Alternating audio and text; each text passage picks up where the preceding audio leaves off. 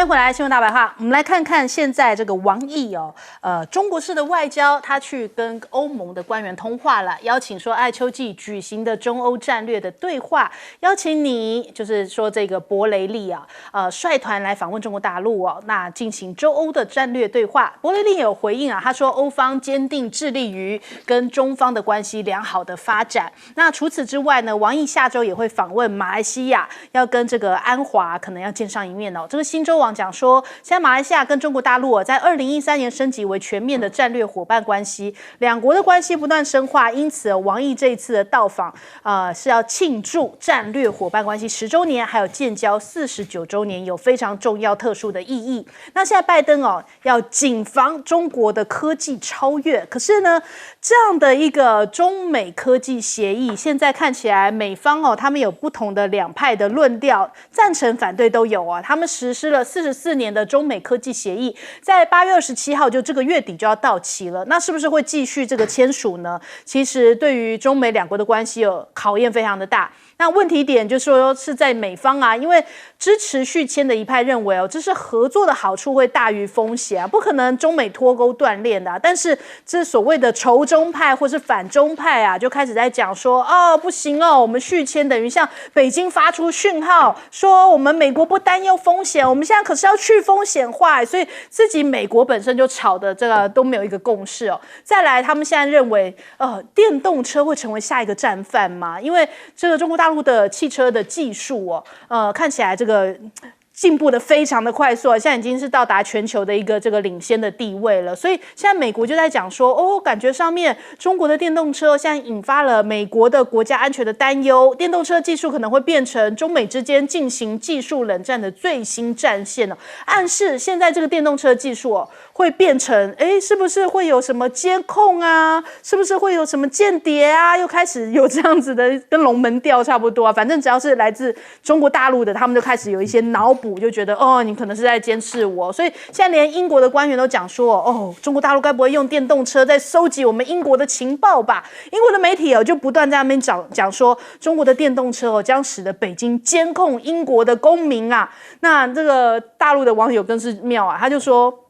想太多了吧，我们为什么要浪费时间呢？说我干嘛监控你英国人呢？就讲得很直接就好像现在监控你英国也不是什么领导地位我监控你干什么所以就感觉起来这个大陆也觉得你莫名其妙。那中国大陆的专家就讲说，英国的汽车业自身你有困境你不要这个怪别人你先把自己改善好不要就说你自己汽车业发展不好，然后就怪中国大陆那再来，韩国的小老弟现在来制止美国爸爸，美国老大哥吗？他讲说现在韩国的媒体认为美国现在也拟要限制三星SK 的中国厂这个成熟晶片的扩产那华府的知情人士说，因为呢现在中方正在积极抢攻成熟制成的晶片，而这类晶片的用途又非常的广泛，所以呢原本三星 SK 这些韩国的晶片业者就要去大陆那边设厂来做一些成熟的制成这些晶片所以他们现在考虑要限制。那当然对于他们这些三星来说，这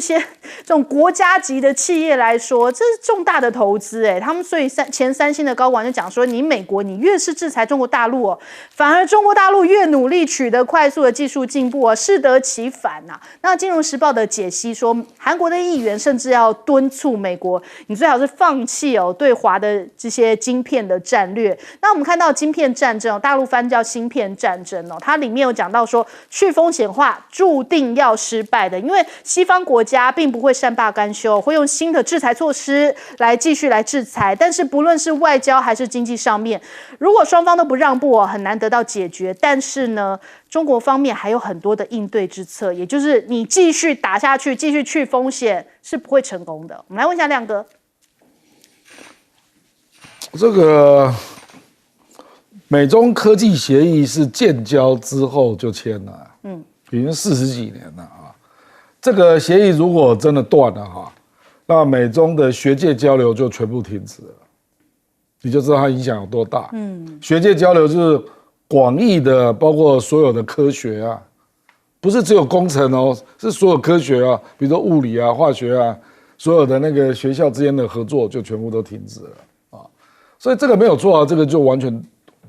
脱钩了，对，就连基础科学的交流都脱钩，所以这个影响极为重大啊。那没有错，众议院有人提这个案啊，就是，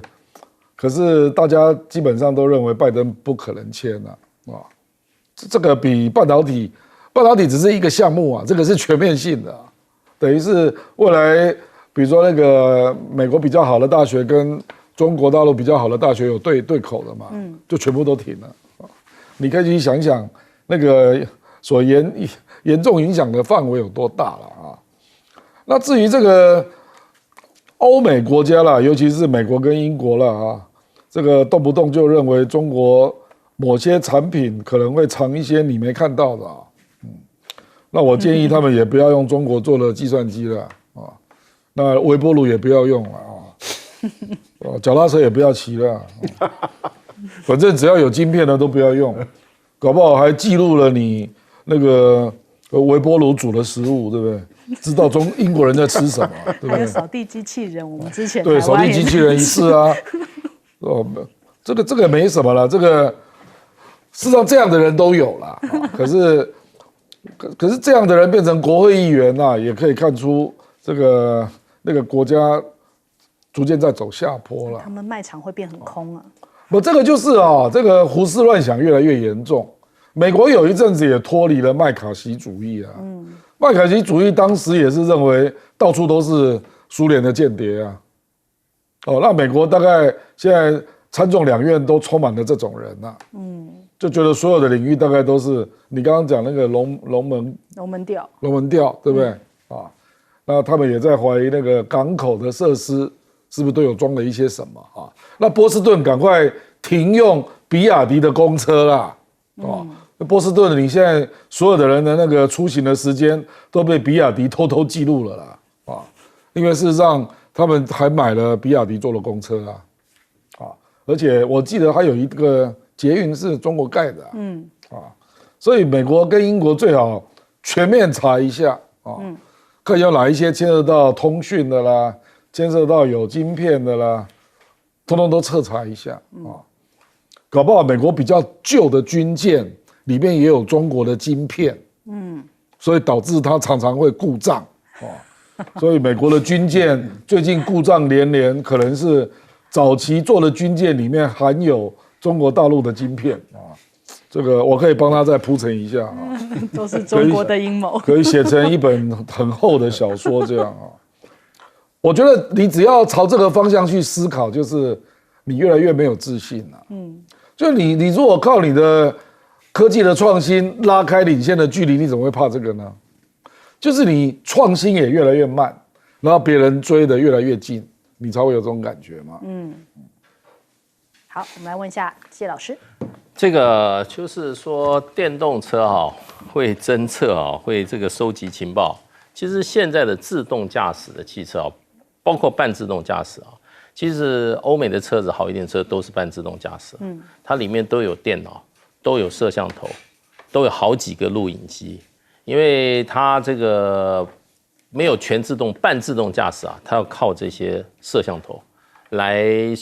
就是说来侦测附近的这个动态，然后给指令给它的这个电脑来指导这个车怎么开车，跟前面保持距离，或者说左方右方有来车，它都可以提前优先。现在不是只有中国大陆的电动车是这样你说现在这个德国的电动车，甚至这个这个日本的电动车，基本上都是要这样，将来这些都是基本配备。那英国也有车子英国 Rolls-Royce 它车上的电脑设备也是好得很也是有这些最新的这种 AI 的装置那这种只准欧美国家可以装，那中国大陆的车上就不能装，这个就是一个很奇怪的一个想法。这种是一种，我觉得就是说一种科技优越感，然后都认为自己不会干坏事，坏事都是别人干的，这种心态，我觉得讲这种事情背后反映的是一种这种心态的问题，那需要时间才能解决。那另外一方面，你知道伦敦是全世界装摄像头最多的城市，伦敦的摄像头藏在任何地方，而且它开始的最早，真正在把一个都市全程监测的第一名是伦敦。哦，那你知道全世界做摄像头最大的一家厂是什么？海康威视啊。哦，海康威视，所以美国曾经有一度那是中国大陆的公司，事实上对海康威视做了很多的这些限制。蔡英文政府也做过啊，他叫很多政府部门这些监视摄像头不准用海康威视。他说这个东西这个摄像头本身会把看到的东西传输到中国大陆去。英国到现在还没有把海康威视，我看还没有对海康威视进行禁令，也就是中国大陆制造的摄像头是在英国全部都有。那汽车还算是少数呢，汽车的整个自动驾驶也是靠那个摄像头啊。你现在基本上就是靠这个摄像头怎么样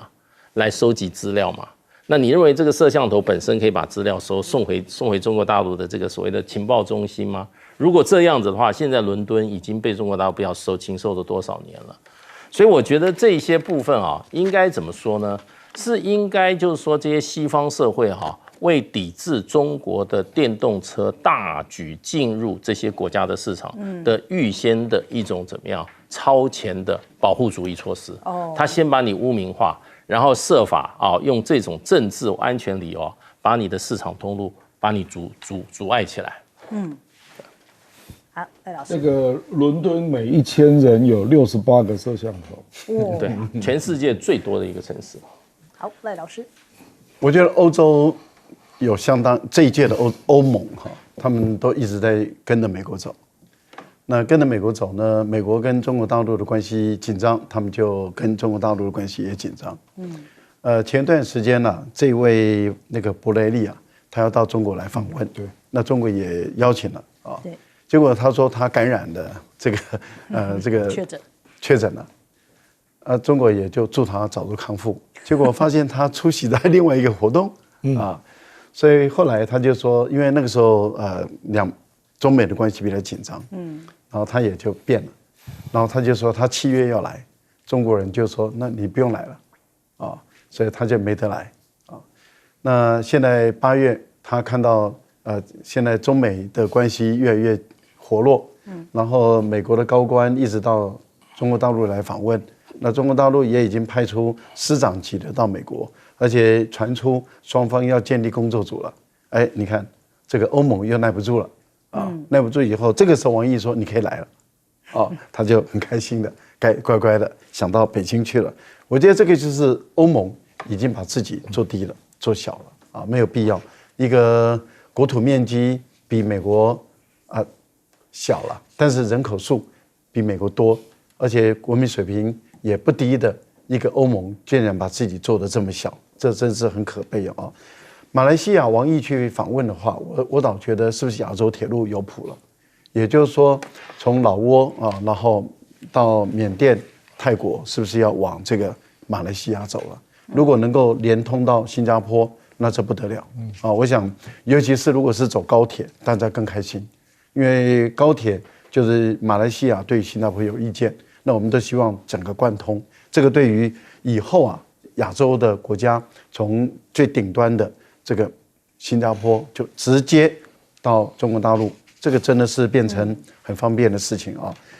英国是这样，英国在它资本主义工业革命在英国，所以它的工业科技发展领先。这个时候他主张这个自由贸易因为我们现在的所有的自由贸易的概念，其实很大一部分都是英国人所提出来的，重商主义嘛，海外贸易市场。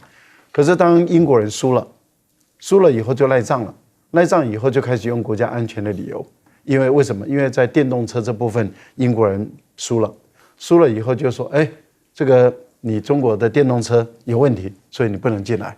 那英国以现在的格局大小，坦白说，英国如果限制中国的电动车进英国的话，那中国也可以限制英国的任何产品进中国大陆，因为谁知道你的纺织品不会装奈米谁晓得谁晓得你不会装什么？这个都有可能嘛，对不对？因为你要用国家安全的理由来说的话，什么都是国家安全理由，那随便都可以泛滥到一个程度。所以我觉得英国人真的是一个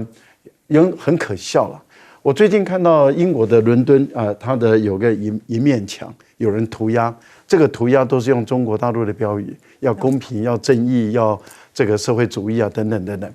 他们就开始在讨论了，是不是应该限制这些语言？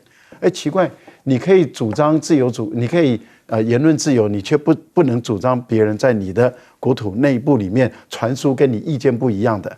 这个新闻自由、言论自由、思想自由的标准还真的是有趣啊，英国人。好，我们先休息一下，广告中忙回来。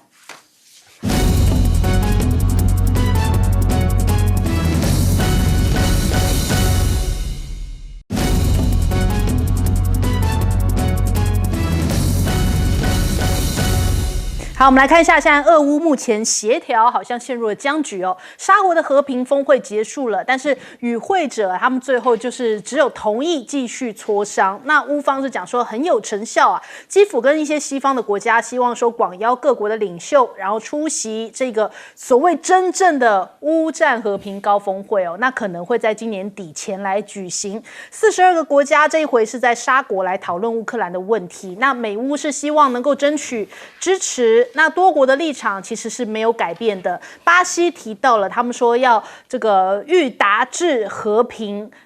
乌克兰俄罗斯必须要参与会谈，就是说你不能只有乌克兰你俄罗斯也要一起坐下来才有个结论嘛，你不可能永远都是所有国家跟乌克兰一起谈，然后就逼迫或者说要求要俄罗斯一定要全盘买账，这是不可能发生的，一定是双方坐下来才能够谈出共识嘛。那再来我们看看，北京也有参与这个沙国峰会就有一些国际关系学者，像是这个库普坎，他讲说中方的参与非常的重要，这个中国很关键在俄罗斯缺席的情况下，仍然前往，表明中方正小心的规避风险，扭转其坚定支持莫斯科的立场吗？那再来我们看看乌克兰的外长库列巴，他讲说中方去到了沙国参与这个峰会是一个超级突破，还有历史性的一个胜利。但是也有传出来，这是意大利的媒体讲说，好像这一次参与的这个李辉跟苏利文进行了长谈，然后甚至李辉好像对于这个苏利文有点不满就说这个你的意图是什么呢？你还要帮这个克里姆林宫多久呢？什么？他们双方还有这样子的一些言语上面的交锋另外我们看一下沙国的外交小算盘，人家在讲说是不是现在沙国也要展现出这个强国的一个姿态学者的解析说，透过主办这一次的会议沙国希望可以加强成为有能力协调冲突的中等强国这样的一个国际形象。那所以CNBC 提到了，他说在调解大规模冲突的方面，这些中型强国的崛起标志新世界的到来，超出了美国跟其他西方国家发号施令的世界小型的国家也不会被迫把自己跟美、俄、中都要连接在一起，开始有越来越多国家在这样子的俄乌冲突当中表达了他们自己的声音跟立场，而不是说大国说了算，或者是美国说怎样就跟着说怎么样。那我们看看美国是不是等于已经丧失了在中东的影响力？因为呢，他现在想要在波湾这边再增派一些军力伊朗马上跳出来讲说关你美国什么事啊？他说在这个地方荷姆斯海峡你们这些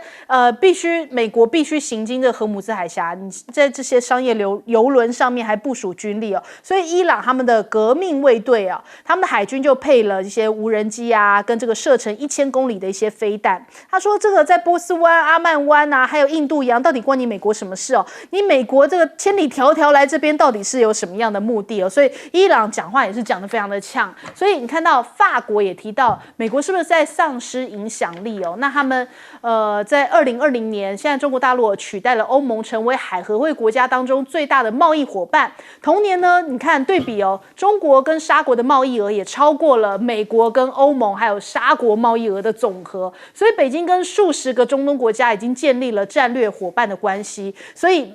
对于美国来说，那就是减少在这边中东的影响力嘛。那可是反观这个中国大陆正在加强在这个地区的外交、军事跟经济的影响力，此消彼长之下，现在美国当然很紧张，在中东这边越来越没有发话权了，连中东自己都开始要扮演一个国际上面的一个角色了。那另外我们看一下中俄的舰队反包围美国吗？在阿拉斯加的外海这里看到了中俄11艘这个舰艇组成的联合舰队，在月初的时候到了阿留申群岛，可是美国很紧张立刻派出了像是麦肯号啊、班福特号啊，还有这个芬恩号啊、中云号4艘驱逐舰，还有这个 P8海神侦察机，全程在跟监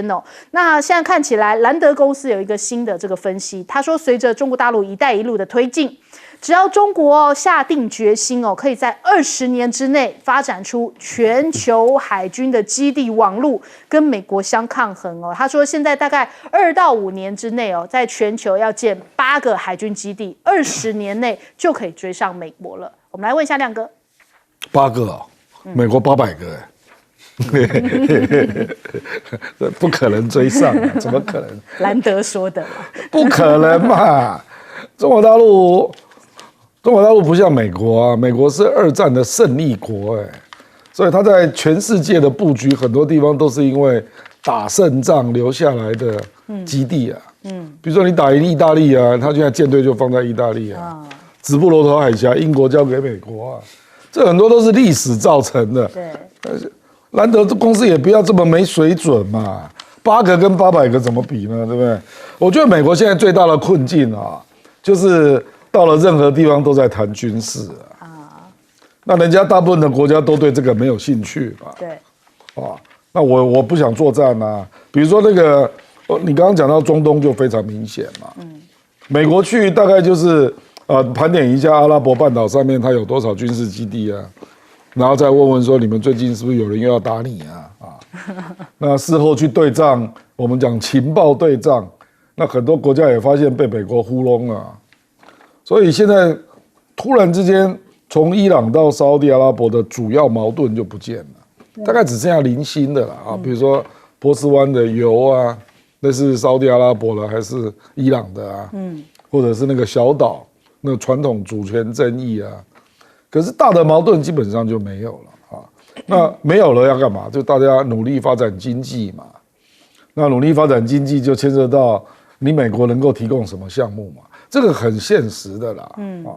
因为美国都是民营企业嘛，对，你跟中国体制不一样嘛，中国大陆都是国营企业，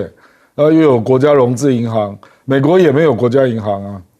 所以中国大陆就很容易让国营企业、国有银行来配合它外交的总体战略。美国做不到嘛，偏偏现在最重要的议题都是经济所以美国在新一轮的经济外交的竞争里面就很难得分比如说他去东南亚，去东南亚拿的钱不到5亿美元，那你要干嘛？你在这里是要干嘛像刚刚谈到人家马来西亚搞不好是在谈曼谷到马来西亚那段铁路，这个多实在。所以美国现在的问题就在这里，他也不是只有中东吃瘪他到处都吃瘪所以他想要复刻"一带一路"也没办法，没有办法，因为他没有国家为主体的单位嘛。欧盟也一样比如说欧盟那2个礼拜前吧，跟南美洲不是开了一个双方的一个会议，结果人家说我未来10年要3000亿的基建，3000亿美元欧盟说我可以投10亿。这有什么用呢？你整个欧盟投10亿，人家10年需要3000亿，所以我说都是卡在类似的问题，因为你只能够用政府的公务预算，民主国家就是这样嘛，这个也跟我们台湾在邦交国为什么会一个一个败给中国一样，其实也是体制的问题。我们是有国营事业的国家你去想一想，美国跟欧洲基本是没有国营事业，你看他怎么弄？好，谢老师。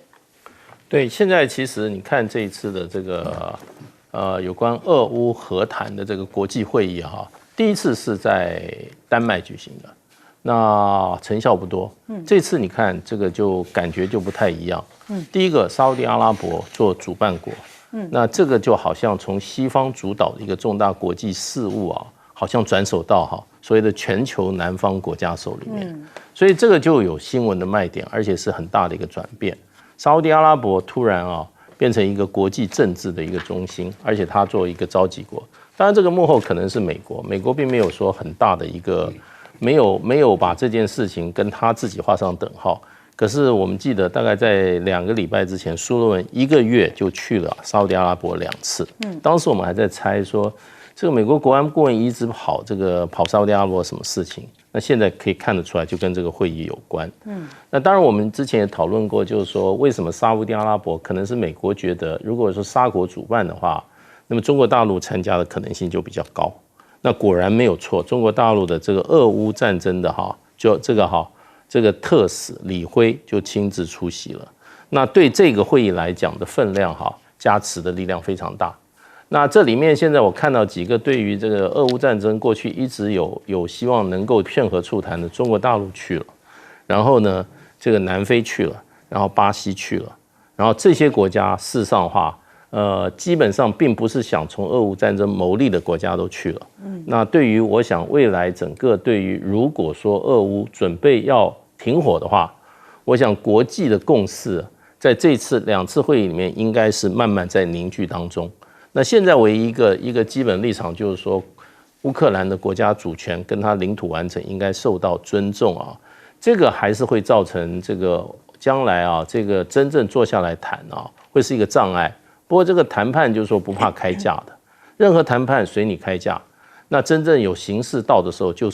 從那個開價點開始是可以談的。那是不是俄羅斯可以把它發揮了大量的這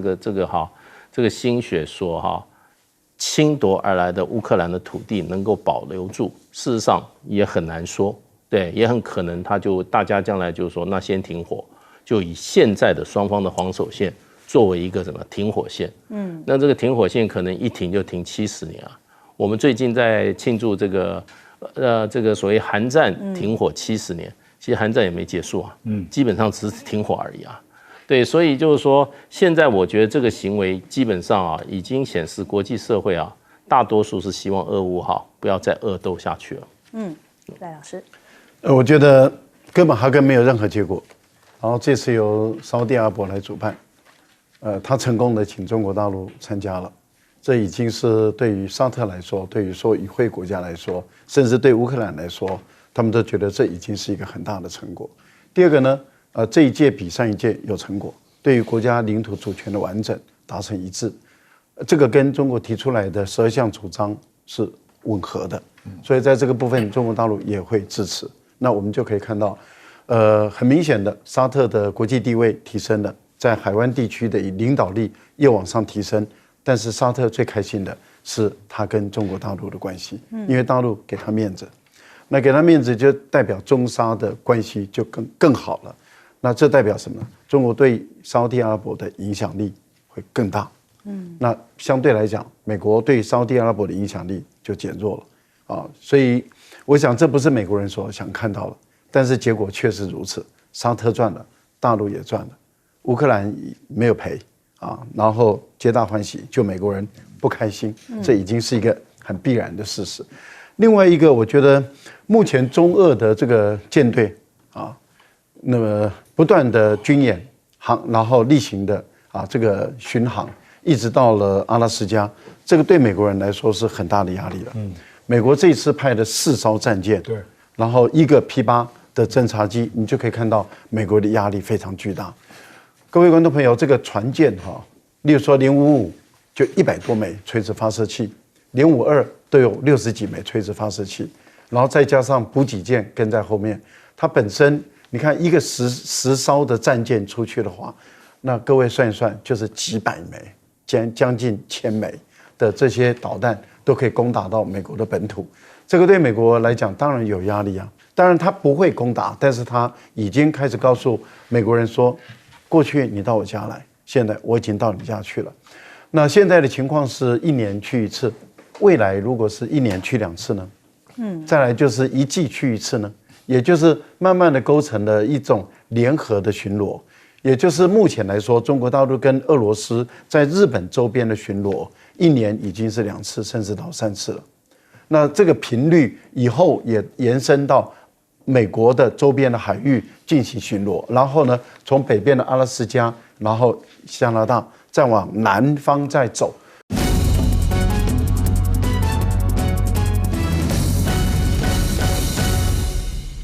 欢迎收看《新闻大白话》，我是主持人翟轩，马上来欢迎一下这个阶段加入我们讨论来宾，耶鲁政治学博士郭正亮，大家平安。国际事务专家赖岳谦。主持人好，观众朋友大家好。前大时间问题稍后加入我们。我们来看一下麻生太郎访问台湾哦，赖清德将会单独会谈。麻生太郎那绿委就讲说，哎呀，可不像某些人哦，都是问导游啊，去那边哦，日本看一下下而已啊。人家麻生太郎是专程来这个台湾哦，还要跟这个赖清德特别的会面呢，要凸显出来哦，好像这个侯啊、柯啊都是问导游啦，大概是这个意思哦。他说赖副总统从立委开始哦，就不断经营台日关系，在任何职务都保持良好的互动哦。那他今天也跟这个蔡英文、赖清德会见面，然后呢去到五指山来悼念李登辉，这也算是50年来日方最高层级的访问台湾哦。那他是在3点钟，也就是现在此时此刻哦，去到了五指山公墓来吊唁。那这次呢，其实他还会跟吴钊燮啊、王金平、蒋万安也都会碰面。那我们看，其实侯柯哦也都齐打交流牌，侯友宜喊出来，台海危机哦是全世界最危险的地方，盼两岸稳定哦。他说他会让两岸稳定下来，好好做生意，好好过生活，做很多的交流。那柯文哲同样也是打这样的两岸交流牌哦，他就是讲说有5个互相来降低恶意螺旋，减少战争风险哦，就是互相了解、尊重、合作、谅解，来促进交流。甚至在他昨天的党庆哦，我还看到有一段影片呢，这当中就是有年轻人就说，哎，他娶的是中国大陆的一个配偶嘛，所以他讲说，哎，希望两岸能够和平，所以他也在党庆里面特别提到这样的一个话题哦。那另外我们看看美国对于台积电来说的话，到底是敌是友？我们看到这个刘德英哦，台积电现任的董座就讲到这个亚利桑那厂的困境，他不认同矽盾能够保护台湾呐。他说他已经向美国政府提出了建议，除了晶片法案提供了520亿美元的补助之外，美方还需要提供另外的激励措施哦，不然这个计划很快就要碰到瓶颈了。现在台积电都还想不到该怎么样解决哦。那亚利桑那州的州长霍布斯他就说，根据这项协议，就是新的跟亚利桑那州的这个签的新的协议哦，愿意接受更严格的建厂监督。那台积电会遵守高于联邦标准的要求，这些额外的安全措施包含对于工人提高透明度，还有接受亚利桑那州职业安全跟健康部门的更密切的监督哦。所以看起来台积电在这样的一个情况之下，不得不接受一些美国开出来的一些条件。那他讲到了这个矽盾的事情，过去以来，民进党一直告诉我们说护国神山嘛，我们有矽盾，所以这个不会发生战争，因为这个不能打台积电，这样的一个说法，等于说已经被这个刘德英给推翻掉了。那护国的责任难道是在台积电吗？难道是台积电的错吗？所以我们看今天中时提到护国责任在政府啊，的确是啊，因为我们政府又不是台积电，怎么会是一直要台积电来护国呢？所以看到这个两岸半导体其实相互依赖，可以维系台海的安全，关键在于维系台湾半导体的竞争力哦，两岸的关系稳定，还有更密切的贸易往来，而不是两岸脱钩、逢中必反，甚至把民间的互动啊都变成统战呐。所以台湾的安全其实是要靠智慧，责任是在政府，而不是在台积电啊。他其实说的非常的精准哦。那再来我们看一下美国的媒体提到哦，现在两岸啊风起云涌哦，要守护民主成了现在台湾这个年轻人的使命啊。那我们看看这个 CBS 他讲，即使台湾增加国防预算和强制征兵哦，空军、陆军、海军仍然无法跟中国大陆的军事力量相抗衡。那根据这个陆军的退役少将胡瑞洲讲说，倘若发生战争，我们会被摧毁，所以我们最好是要避免这样的状况。那台湾很多年轻人是不这么认为吗？眼看香港的民众争取这个民主自治抗争的运动遭到北京的镇压，他们祈祷着台湾的民主梦不会以同样的方式破灭。觉得这一段话好像很不了解台湾哦，因为其实1126的时候，就是因为票投民进党这个年轻人上战场，让民进党输得非常的惨啊，怎么会说台湾年轻人不这么认为哦？所以感觉上面好像并不是真的很了解台湾年轻人的一些想法。很多年轻人现在是越来越看清楚事实，到底是谁会把年轻人带向战场，那大家是很明白的。那再来我们看一下，拜登首次提到了总统提取权，军援台湾。专家就讲说，这暗示着美台的军事关系将会更加的紧密。那是不是先把我们的一些军购赶快拿来啊，而不是每次都一直叫我们买，然后都不给哦？还有这个解放军秀出来这个特战伞兵，还有水下排雷，然后又剪辑了4月份的军演画面哦。有人解读说这是剑指汉光还有赖清德的出访，就是可能要威吓一下。那再来全世界的这个军舰排名，那评比上面台湾是获得了第12名，可是中国大陆第2名，美国第1名啊。现在这样子的一个世界现代军舰战舰名录，看起来这个目前中国大陆是崛起中的海军强国，拥有的最大军舰的数量达到425艘，中尉传龄大概是13.8年哦，比起美国的海军都来得年轻哦，而且海军的力量评比为良好。那反观美国的话，看起来好像整体的年龄也比较高，然后中位数也比较低，所以这样子显示起来，美国正在努力跟上中国的造舰脚步嘛。那首先我们来请教一下亮哥。这赖清德确实有特别用力在台日关系啦，他当台南市任内，他就去过日本多次啊。那他跟那个安倍家族关系也相当不错，所以你看他不是有去致那个告别式的时候，他有去日本嘛啊。不过赖清德的问题不是日本啊，台日关系能够决定台湾命运的是美国吧？所以他比较重要过关的是美国啦，美国这一关啦啊。日本我觉得这个国家就是比较谨慎啊。那对于台湾问题，他也不一定会介入啦。他嘴巴同情台湾啊，可是你真正可以去看他的民调嘛。朝日新闻的民调，日本人认为他应该要介入台海只有11%啊。那上次也有日本的防卫省官员来台湾进行兵推啊。那我上次也在这边讲过啊，40项只推了26项，他们就回家了。开战前开战后就撒尤那拉啊。因为开战后他不好表态啊。他跟美国不一样嘛。对不对？美国因为毕竟台湾跟大陆会分开，从头到尾都有美国的责任嘛。那日本不是啊，所以日本对这个问题真的比较谨慎啊。所以我觉得基本上这个侯友宜跟日本关系也还不错啦，所以我觉得这个不是主要差分所在啦。主要还是美国啦。就赖清德不是要即将去吗？对，这个礼拜就要去了嘛啊，所以这个我们就看他到底美国能够怎么样表现嘛。那台积电，我觉得刘德音跟张忠谋事实上现在已经同调了啦，因为刘德音有一些话本来不好讲，那现在都老实话都讲出来了，跟当初张忠谋讲的一模一样啊。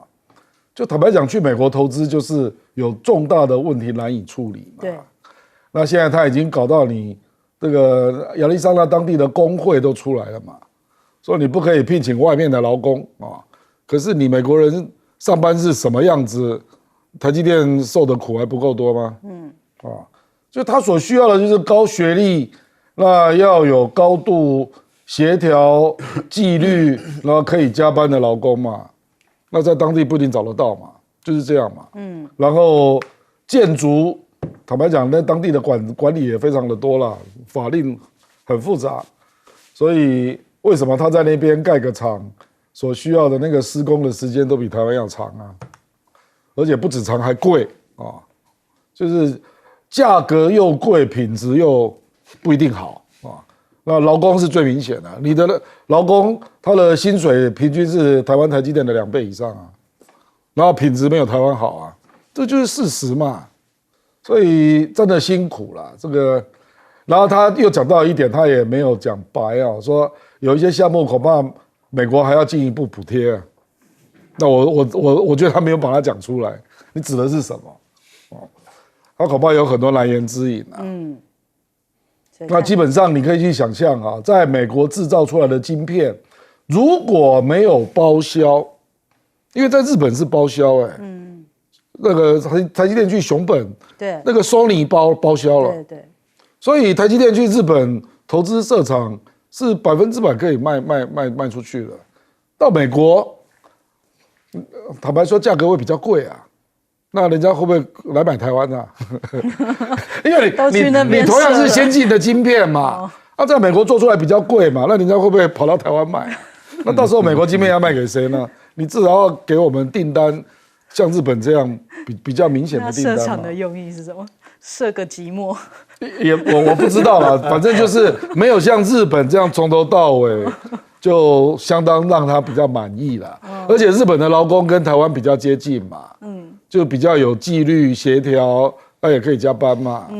美国就不是这样嘛，就这样。好，来问大使。其实台积电这个在亚利桑那设厂啊，现在已经陷入了一个泥淖了，已经开始相互指责了。这个发生的速度之快啊，超乎我们这些人的这个预期。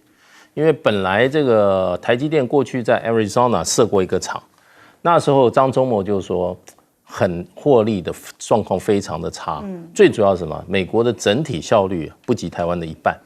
这包括工人效率还有营运成本。那所以他从来就不看好到美国设厂，然后这次去设厂很清楚的就是蔡英文跟拜登政府合作，把我们的台积电强移到 Arizona 去设厂。那出钱还是台积电自己出了140亿，所以这次法说会的时候，7月法说会的时候台积电的高层就说明了这些问题。他说这个本来这个4奈米厂本来预计是2024，希望能够开始生产，可是现在这个建厂的速度还有不如预期。那美国工人的这个效率，整个建厂的效率不如预期，所以可能要移到2025年才能够开始生产。那一拖就是1年，可是问题就变成就是说，台积电的高层在法说会这个说明被美国听到，美国的 Arizona 的立刻他们的工会就发出了警告声音，而且立刻就咬了台积电一口。他说我们 Arizona 提供给这个台积电设厂的12000名在场的这些工人他说很多都是替 Intel 设厂做过的，所以他们是很有经验的工人。所以呢，对于我们工人的我们 Arizona 工人的这些指控都是不实的，而且是别有用心的，就是台积电想要借着这次设厂机会就是说运用这种就是说工资比较低的外国劳工，也就是想要用这个来做借口呢，排斥这个使用 Arizona 的劳工，然后引进外国劳工，就是把台湾的劳工引进去。可见第一个反映一个问题，我们的台湾的劳工在 Arizona 事实上它的整个成本对于台积来讲是低于在 Arizona 这些劳工的成本。那台积电有没有对我们的台湾的劳工呢用双重标准呢？你付给美国的劳工，你去照着美国的劳工法令付的比较高，那所以你要引用台湾的劳工，难道我们台工的劳工到了美国还用我们台湾的工资吗？你知道在美国所有的费用都是美国的费用你要美国的工资才是比较合理的，这个我们不提。不过就是说，美国 Arizona 的工会的领袖立刻就怎么样，就已经提出警告了。所以呢，另外这一方面，我觉得就是说台积电才设厂1年多，就已经跟当地的工会产生了很多的这些冲突。所以呢，这些 Arizona 的州长什么都出来讲话，不会站在台积电，绝对站在美国的当地的劳工这一面。所以我觉得光台积电这个设厂跟美国的工会一开始就有这样子的冲突后面可想而知。那美国的工人基本上你的加班要加班费，而且他每